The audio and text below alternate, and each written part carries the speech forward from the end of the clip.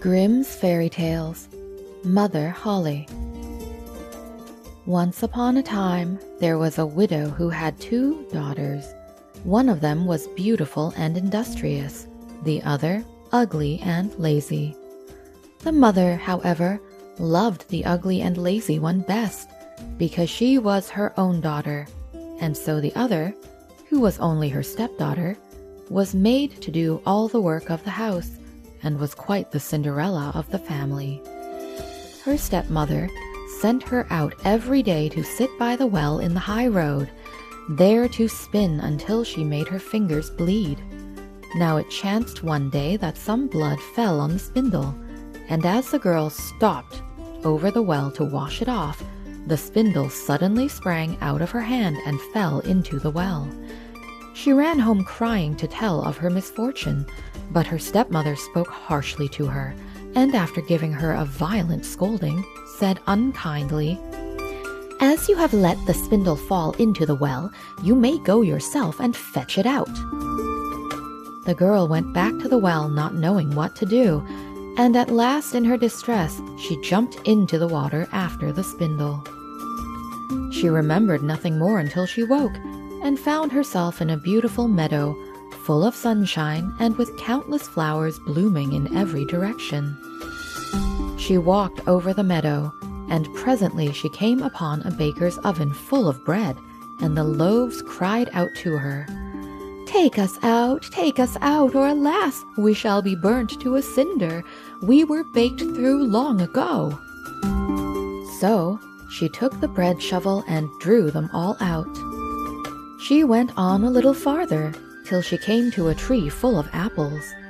shake me, I pray," cried the tree. "My apples, one and all, are ripe." So she shook the tree, and the apples came falling down upon her like rain, but she continued shaking until there was not a single apple left upon it.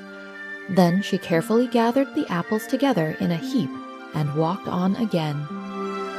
The next thing she came to was a little house, and there she saw an old woman looking out with such large teeth that she was terrified and turned to run away.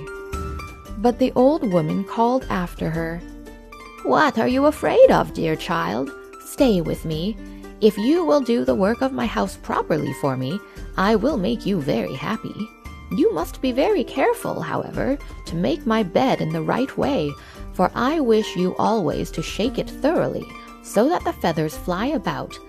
Then they say, down there in the world, that it is snowing, for I am Mother Holle." The old woman spoke so kindly that the girl summoned up courage and agreed to enter into her service. She took care to do everything according to the old woman's bidding, and every time she made the bed, she shook it with all her might, so that the feathers flew about like so many snowflakes. The old woman was as good as her word. She never spoke angrily to her, and gave her roast and boiled meats every day. So she stayed on with Mother Holle for some time, and then she began to grow unhappy. She could not at first tell why she felt sad, but she became conscious at last of great longing to go home. Then she knew she was homesick, although she was 1,000 times better off with Mother Holle than with her mother and sister. After waiting a while, she went to Mother Holle and said, "I am so homesick that I cannot stay with you any longer, for although I am so happy here, I must return to my own people." Then Mother Holle said, "I am pleased that you should want to go back to your own people, and as you have served me so well and faithfully, I will take you home myself." Thereupon she led the girl by the hand up to a broad gateway. The gate was opened, and as the girl passed through, a shower of gold fell upon her, and the gold clung to her, so that she was covered with it from head to foot. "That is a reward for your industry," said Mother Holle, and as she spoke, she handed her the spindle which had dropped into the well. The gate was then closed, and the girl found herself back in the old world close to her mother's house. As she entered the courtyard, the cock who was perched on the well called out, "Cock-a-doodle-doo! Your golden daughters come back to you." Then she went in to her mother and sister, and as she was so richly covered with gold, they gave her a warm welcome. She related to them all that had happened, and when the mother heard how she had come by her great riches, she thought she should like her ugly, lazy daughter to go and try her fortune. So she made the sister go and sit by the well and spin, and the girl pricked her finger and thrust her hand into a thorn bush so that she might drop some blood on the spindle. Then she threw it into the well and jumped in herself. Like her sister, she awoke in the beautiful meadow and walked over till she came to the oven. Take us out, or alas, we shall be burnt to a cinder. We were baked through long ago," cried the loaves as before. But the lazy girl answered, "Do you think I am going to dirty my hands for you?" and walked on. Presently she came to the apple tree. Shake me, I pray. My apples, one and all, are ripe," it cried. But she only answered, "A nice thing to ask me to do. One of the apples might fall on my head," and passed on.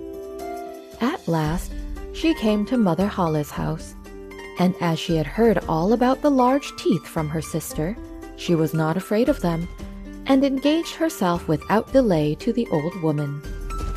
The first day she was very obedient and industrious, and exerted herself to please Mother Holle, for she thought of the gold she should get in return. The next day, however, she began to dawdle over her work, and the third day she was more idle still.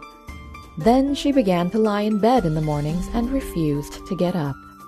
Worse still, she neglected to make the old woman's bed properly, and forgot to shake it so that the feathers might fly about.